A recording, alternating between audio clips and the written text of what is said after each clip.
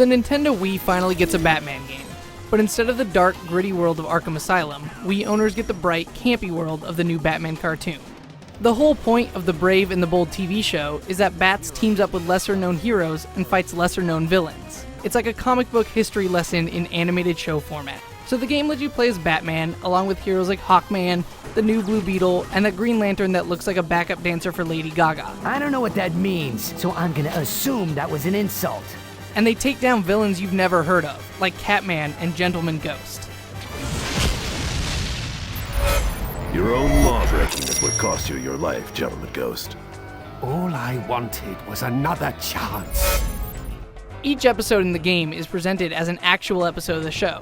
There's a short intro battle, then the show's main theme song, followed by an animated cutscene. During the actual gameplay, the story is told through talking heads and in-game conversations. Every single line of dialogue is delivered by the show's voice actors, which is awesome for both kids and those of us that just freaking hate reading. The animated series style has been perfectly translated to the Wii. The sharp character design and bright colors gives it a campy feel, like that Batman series from the 60s. Ask your parents about that, kids. It also makes the game look like a downloadable title instead of the full retail game that it is. I happen to like the show a lot, so I'm loving the look of this game. It literally feels like I'm playing episodes of the TV series, which many licensed games fail to capture.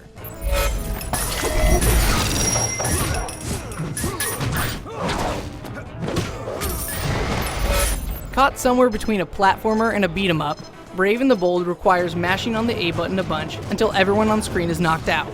There's not a lot else to it, until you get to one of the more complicated boss battles, but even then those are often just about punching everything in sight. As you go through the levels, Batman uses his utility belt to rappel up to high ledges or blow up obstacles, but the game always tells you when to use them. I guess this version of Batman isn't a detective so much as he's just a guy that punches down doors. Each character has a cool super attack that they can charge up and unleash on a group of enemies. And on each level, you also get to pick another hero to act as a special attack.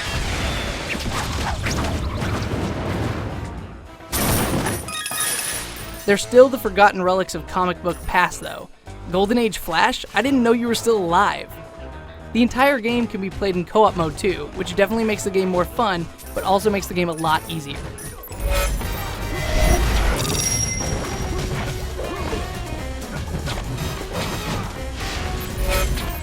There's a lot of flair and style with the Brave and the Bold, but it's a pretty mindless game, even for a kid's game. It gets repetitive, and I found myself wishing every episode was shorter so I could see the cool cutscenes faster. Batman fans with young kids might get a couple days worth of fun out of this, and it's certainly a lot funnier than Batman has been in recent years. For more info on the game, head on over to IGN.com.